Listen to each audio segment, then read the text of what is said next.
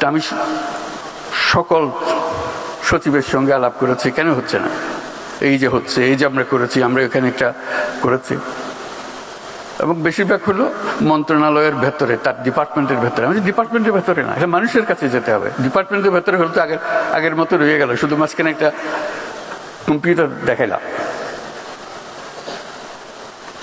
এটা মানুষের আয়ত্তে চলে যেতে হবে। সরকারকে সে দেখবেই না, সরকার মানুষের কাছে, সরকার কেন গিয়ে বসে থাকবে?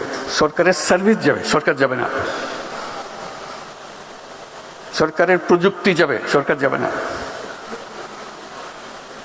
ইয়াং ছেলে মেয়ে সোৎসাহে কাজ করবে গ্রামে গঞ্জে, তারা তো তৈরি, তাদেরকে ট্রেনিং দিতে হবে না।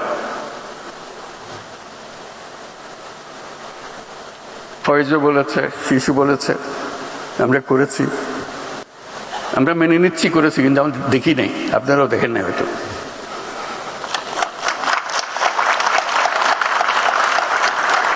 পরিসংখ্যানও দেবে, এতটা করে, এত শত করেছি, এত হাজার করেছি, কিন্তু আমরা দেখি নাই।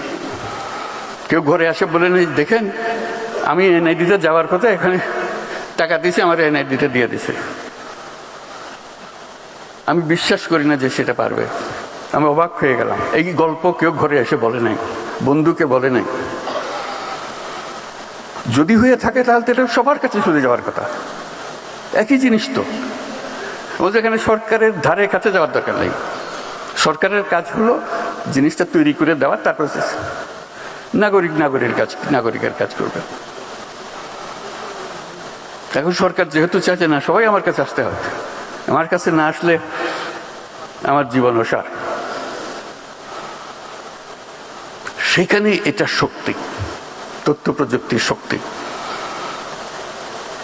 আজকে যে প্রতিনিয়ত আমরা বলে যাচ্ছি দুর্নীতি দুর্নীতি দুর্নীতি, একমাত্র কারণ হলো নাগরিককে সরকারের কাছে আসতে হয়। আসতে না হলে দুর্নীতি হওয়ার সুযোগ নেই। হবে, তারা আরো অন্য টেকনিক বার করবে, বিপক্ষী অন্য টেকনিক বার করবে, কিন্তু এই টেকনিকে হবে না।